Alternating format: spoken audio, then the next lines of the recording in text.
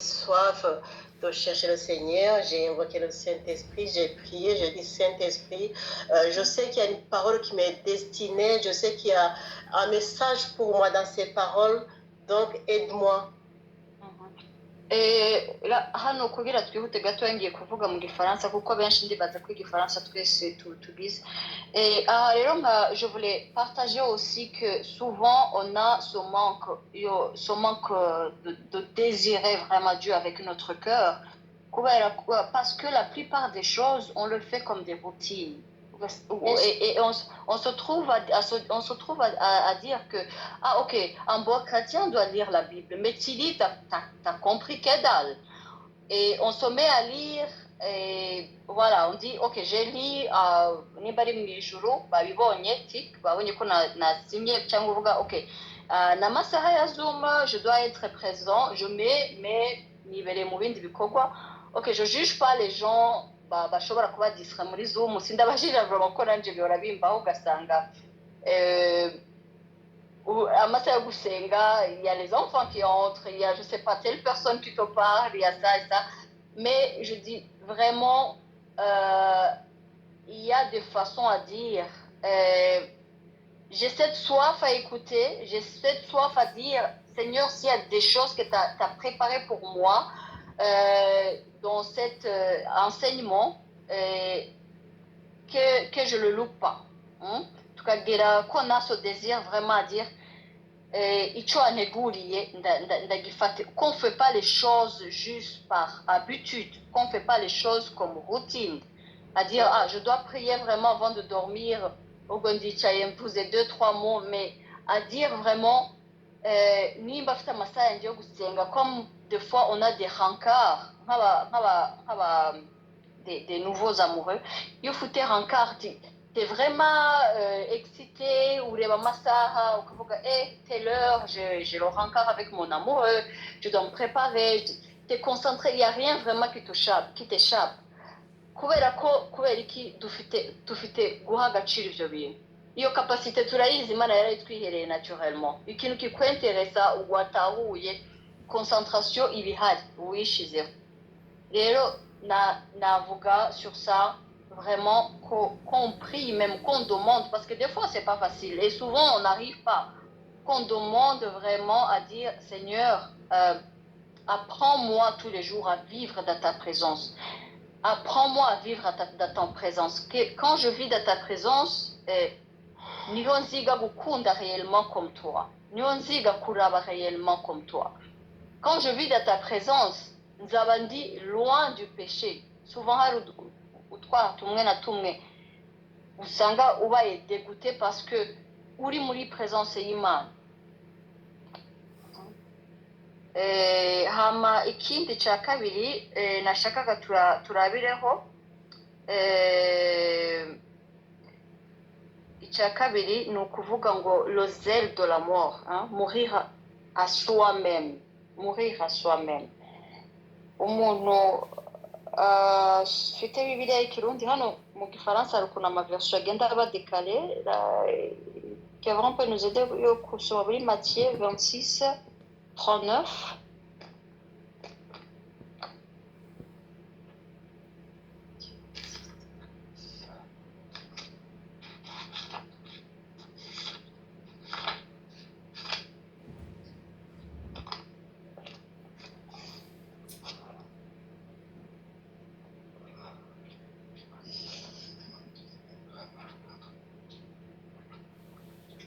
Matthieu 26, 39. Kevin regarde ali hafi. Matthieu combien? 26 39. Aravuze ngo yunguruza imbere gatoya arubama arasenga ati data asangwa byoshoboka iki gikombe nikindengane, ariko ntibibe uko jewe ngomba, yamara bibe uko wewe ugomba. Amena. Uko wewe ugomba. Mu gifaransa batubwira ngo il va un peu loin, il se jeta par terre, le front contre le sol, et prie en disant, mon père, si c'est possible, éloigne-moi de cette couple de souffrance. Pourtant, ne fais pas comme je veux, mais comme tu veux. Ni verse ya sinzi igiyankozeho kuko kenshi hari ibintu dusaba tugasaba kubera ko hari désir ya chair iri au-dessus. Souvent, ce verset m'a beaucoup touché parce que souvent quand on prie, quand on demande pas par esprit, mais par notre propre chair. Kandi kenshi tugasanga intambara tugwana nazo ari izitubuza kuba muri presence y'Imana, ari izitubuza kumva ijwi ry'Imana, ni toujours la désir de la chair. Et puis souvent nos combats et les combats qu'on a dans la vie, c'est des combats qui nous empêchent aussi d'être dans la présence de Dieu, des combats qui nous empêchent d'entendre la voix de Dieu. Hari umukozi w'Imana yigeze kutubwira aravuga ngo umwanzi wacu wa mbere ntabwo ari shitani ariko ni twebwe nyene, ni umubiri twambaye. Et un jour, un serviteur de Dieu nous a dit, notre premier ennemi, c'est pas le diable, c'est pas Satan, mais c'est notre propre corps, c'est notre propre chair. Ugasanga kenshi l'ennemi abasha guca no muri ya miryango twe twamwugururiye parce que tukiri dirigé par nos désirs. Et puis souvent, l'ennemi passe dans les portes qu'on a ouvertes nous-mêmes parce que nous sommes dans la chair, nous sommes pas dans l'Esprit Saint, nous sommes dans la chair. Hari muri somene nyene hari umwe entre les frères et les sœurs yigishije ari kutubwira histoire ya Tabitha. Dans cette semaine même, il y a un frère ici qui nous a enseigné sur l'histoire de Tabitha. Baratubwira muri Bible ingene Tabitha yari umuntu yafasha abantu tellement que ngo ibikorwa byiwe byaramuvugira. Urumva ni ibikorwa byamuvugira kugeza igihe yapfa abantu bicaye bagatabaza Imana ikabasha gukora ibitangaza. Et puis Tabitha, c'est quelqu'un qui aide, la Bible dit que Tabitha, c'est quelqu'un qui aide beaucoup les gens de façon que quand elle est décédée, quand elle était morte, c'est ses propres œuvres, ses propres bonnes actions qui l'ont réclamé, pour qu'elle revienne à la vie.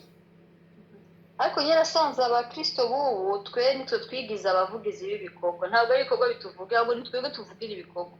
Niyo wafashije mwene data mu ibanga batabimenye ntibivamo.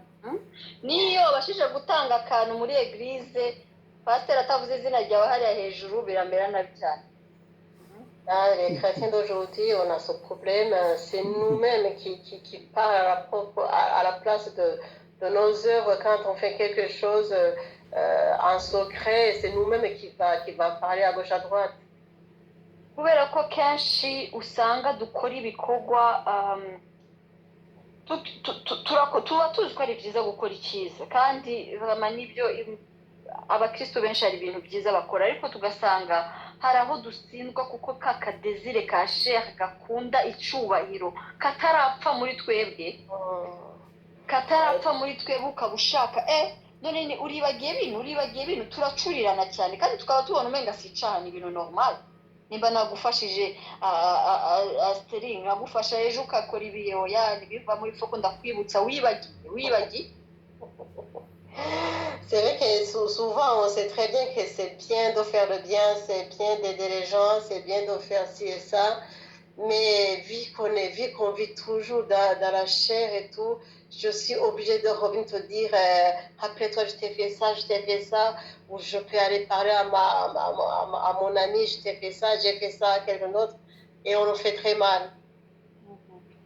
Hama ikindi kintu nge mavuga buri Imana iri mu mutima, hari ukuntu ushobora kugusangiza igikorwa nakoze pour t'encourager, ningene ashobora ibyo ntituvyitiranye. Hari ukuntu umuntu ashobora kuvuga none bisigura ko hari ukuntu ushobora kugusangiza nkakubwira ibana iki gikorwa naragikoze rero nimba nawe cyagufasha